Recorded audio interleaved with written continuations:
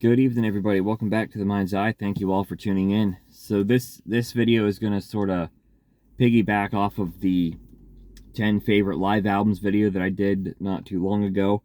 This is my 10 favorite compilation albums. And much like live albums, I don't really collect compilations that much. Generally, if I really love a band, I want to collect all the studio albums. At that point, generally compilations aren't really necessary to have unless the tracks are like remixed or re-recorded, or if there's some new songs or whatever. But I chose out 10 of my favorite compilation albums that I have, and I'm going to give you the rundown of the ones that I go back to the most and the ones that I like the most. So coming in at number 10 is a joint entry because I really couldn't pick between these two. They're both from Kiss, and it's Killers and Smashes, Thrashes, and Hits. These were actually the second and third Kiss CDs that I ever bought. Destroyer was the first one I ever owned, and then Psycho Circus was the second studio album I owned. But I actually got these two before Psycho Circus.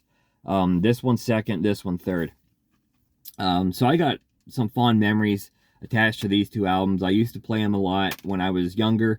With Killers, you got the new tracks on here. They're really not much to write home about, but I do like Down on Your Knees quite a bit.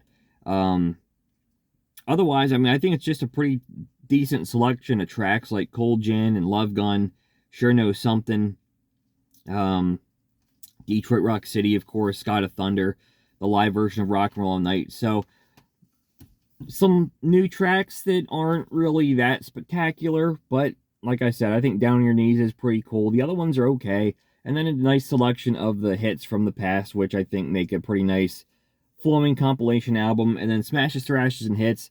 The two new songs on here, I mean, Let's Put the X in Sex is not very good. I actually don't mind You Make Me Rock Hard. I kind of dig that one. It's not really like one of my favorite Kiss songs or anything, but I don't hate that song. And then these songs are, for the most part, especially the older ones, are re-recorded. I do like a lot of the versions of these tracks on here, like Love Gun.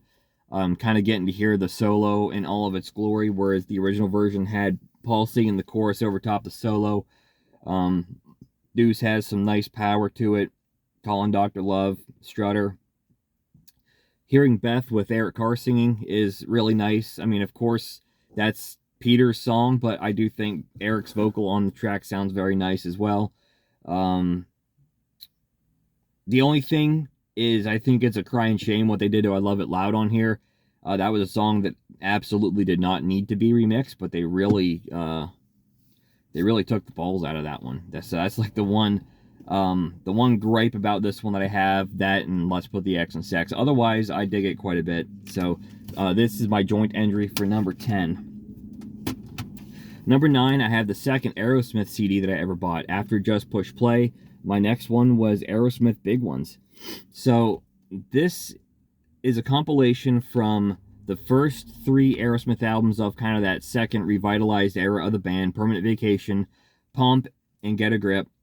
I do like Permanent Vacation and Pump are good albums. Get a Grip has its moments. I don't like it as a whole, but it has its moments, and I think a lot of the better tracks from those albums do end up on here, especially the ones from Pump that don't have the little intro bits that they had on Pump, which I don't really find them to be terribly necessary. So it is nice to get right into songs like Love in an Elevator and The Other Side without having to sit through the intros. Jamie's Got a Gun as well. Of course, the Permanent Vacation tracks on here, like Ragdoll and Angel, both songs I like. Dude Looks Like a Lady I never ever need to hear again, but whatever. That's what the skip button's for. And then from Get a Grip, you've got a lot of my favorite tracks, like Eat the Rich, which is probably my favorite track from that album, Living on the Edge, and Amazing, which I don't mind, but it does have Crying and Crazy, and I'm not a fan of either of those two.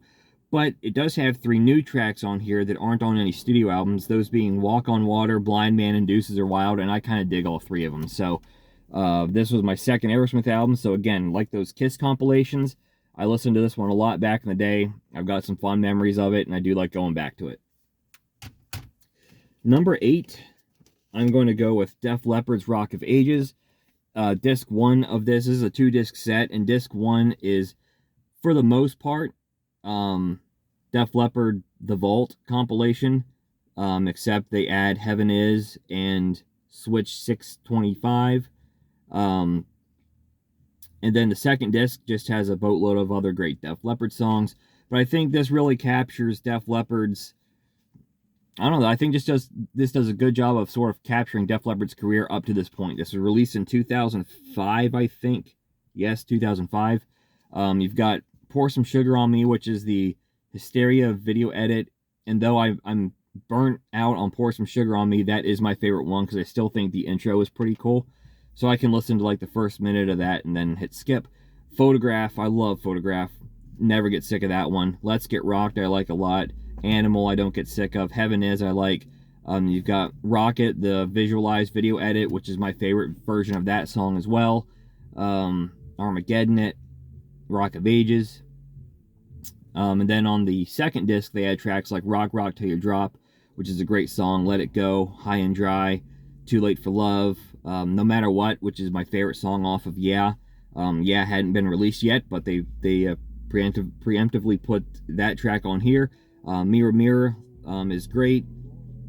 Stand Up, Kick Love and Emotion I like quite a bit. Paper Sun is a really cool deep cut. So, you know, Die Hard the Hunter, Billy's Got a Gun, a lot of great stuff. Even though Def Leppard is definitely one of those bands, I collect all their albums, but I do think this one, up until 2005, really captured a great feel for the band. So, Rock of Ages, my number 8. My number 7, I'm going to go with ABBA Gold. I think this pretty much captures all the essential ABBA. ABBA's not a rock band like I generally talk about, but I always enjoy ABBA when I hear them come on the radio, so I picked this up, and like I said, it really has about all the ABBA that I need to have. Dancing Queen, Knowing You, Knowing Me, Take a Chance on Me, Mamma Mia, Super Trooper, SOS, Waterloo. You know, it's a great listen. I enjoy it quite a bit. So I don't own any other ABBA albums, but I got this one, and definitely need to have a little bit of ABBA in my collection. Number 5, I'm going to go with Bob Seger's Greatest Hits. This pretty much has most of the essential Bob Seger songs for me.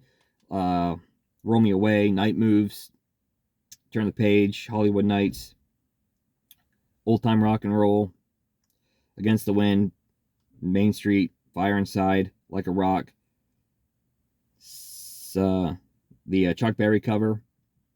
The only thing that it doesn't have is my favorite Bob Seger song, Feel Like a Number. Otherwise, it's pretty much got all the Bob Seger that I need. You know, maybe I could add 1 or 2 more tracks onto this one, but still, Bob Seger's Greatest Hits is a pretty good collection of tracks.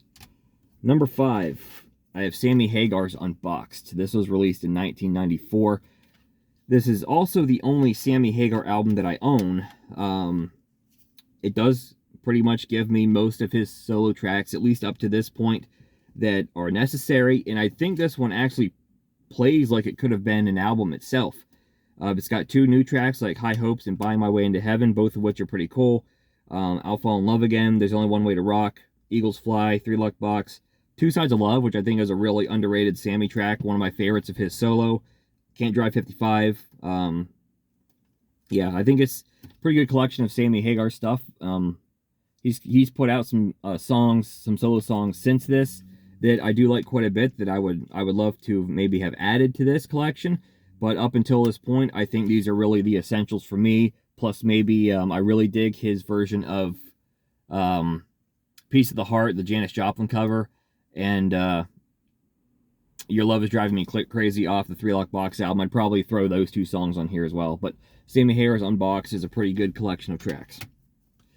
Number 4, I have Goo Goo Dolls, Ego, Opinion, Art, and Commerce. My favorite thing about this compilation is well, my 2 favorite things, I guess. A, for the most part, these are not the big Goo Goo Doll hits that you hear all over the place. There's no Name, there's no Slide, no Broadway, no Iris. Well, this was released before Gutter Flower, so it wouldn't have Here Is Gone.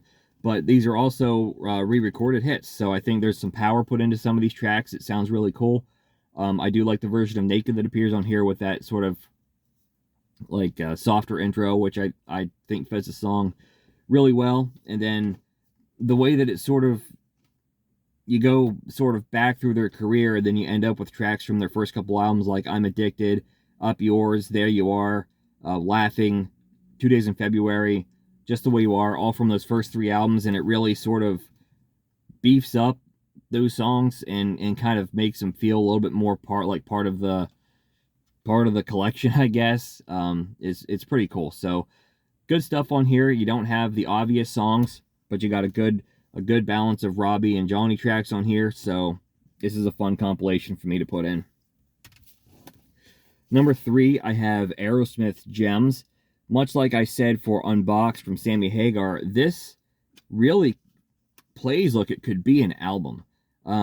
Even though the only song on here that's not on another Aerosmith album is Chip Away the Stone, the rest of these are all songs from Aerosmith's older era.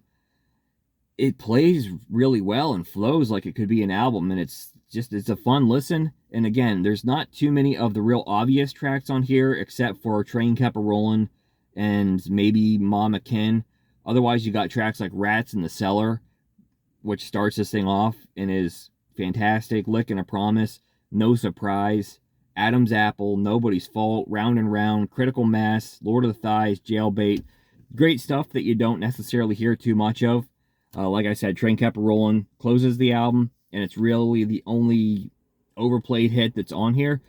But just a great collection of songs, and like I said, I just love the way that it flows. It plays like it could actually be an album itself.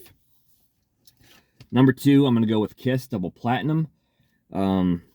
This was a double disc compilation that came out in 1977, and it's just got a great collection of songs. It has a re-recording of Strutter 78, some remix on here with songs like Hard Luck Woman.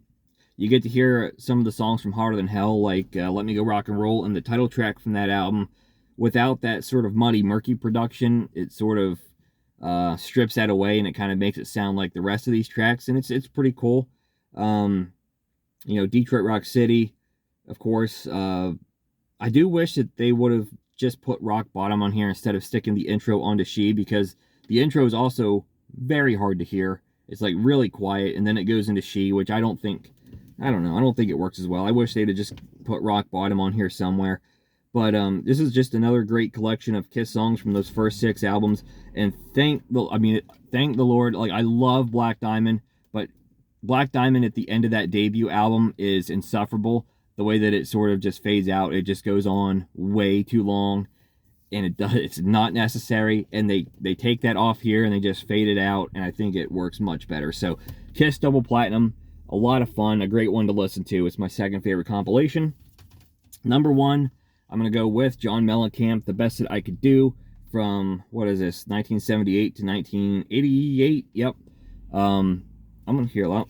Let me take I bought this at a thrift store, so the jewel case is kind of murky a little bit. Let's take that off there so you can.